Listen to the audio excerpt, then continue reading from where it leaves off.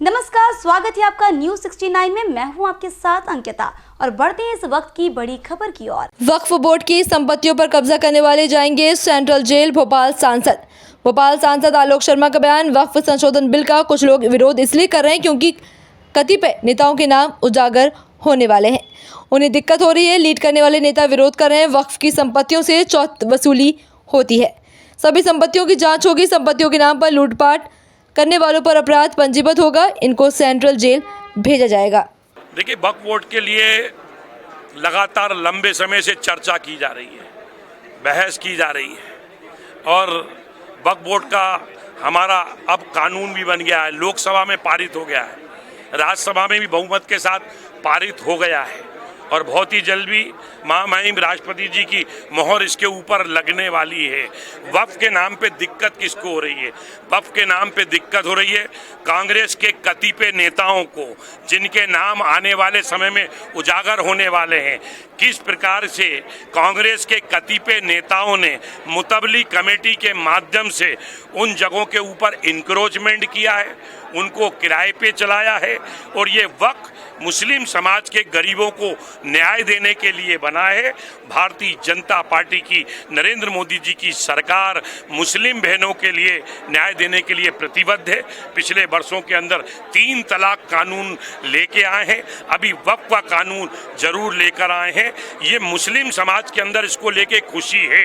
केवल राजनीतिक कारणों के कारण कुछ कांग्रेस के कतिपय नेता जो इसको लीड करते हैं, जिसका नेतृत्व करते हैं, आज बताएं आरिफ मसूद साहब कह रहे हैं तो सिकंदरी सराय लक्ष्मी टाकिज के ऊपर है, उसमें किसका कब्जा है? ये प्लेटफॉर्म क्रमांक 1 के सामने किन लोगों का कब्जा है? आरिफ नगर वक्फ बोर्ड की जगह है, उसके ऊपर किसका कब्जा है?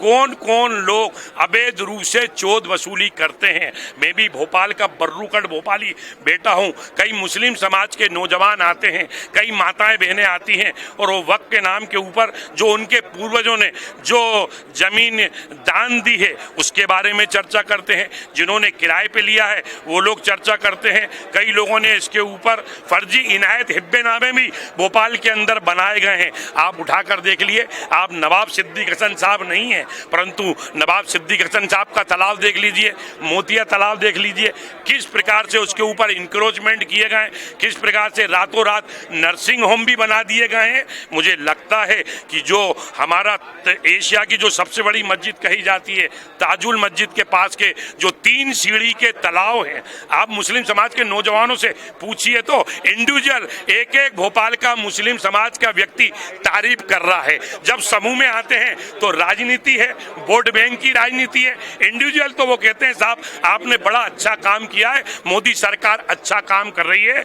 मेरा भोपाल वासियों से, भोपाल के मुस्लिम भाइयों से भी निवेदन है, जब भोपाल के बेटे को आप लोगों ने भोपाल का महापौर बनाया तो मैंने पुराने भोपाल और नए भोपाल को जोड़ने के लिए पॉलिटेक्निक, हिंदी भवन, गांधी भवन के लिए एक स्मार्ट रोड बनाकर भी भोपाल की जनता की सेवा की है। उस समय भी रोड बना रहा था तो कांग्रेस के एक नेत्री हैं, नेता प्रतिपक्ष हैं, उन्होंने विरोध किया कि साहब वो सड़क भी वक्फ की है, मतलब सब्जी मंडी नगर निगम म्युनिसिपल बोर्ड के खसरे चढ़े हैं, उस पर भी वक्फ का बोर्ड गाड़ दिया।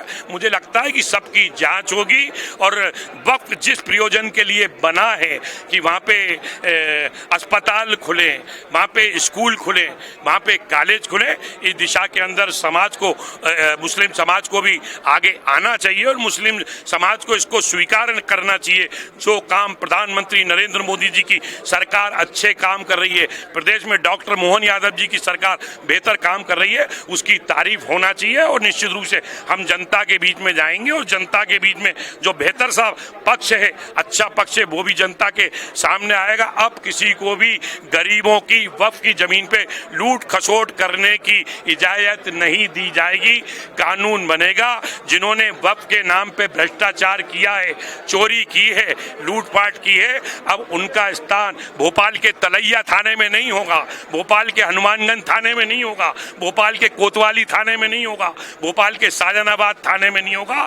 कानून ऐसे लोगों को उसका चयन करके इनके ऊपर अपराध पंजीबद्ध करके इनको भोपाल की सेंट्रल जेल में पहुंचाने का काम करके मुस्लिम गरीबों की सेवा करने का काम हमारा संविधान और हमारा कानून करेगा। क्योंकि ये बात तो हो गई है, घर के सूफी और घर के कब्बाल आने दो हाल पे हाल, कब्जा करने वाले भी घर के, जमीन को बेचने वाले भी घर के और ट्रिब्यूनल कोर्ट का निर्णय देने वाले भी घर के।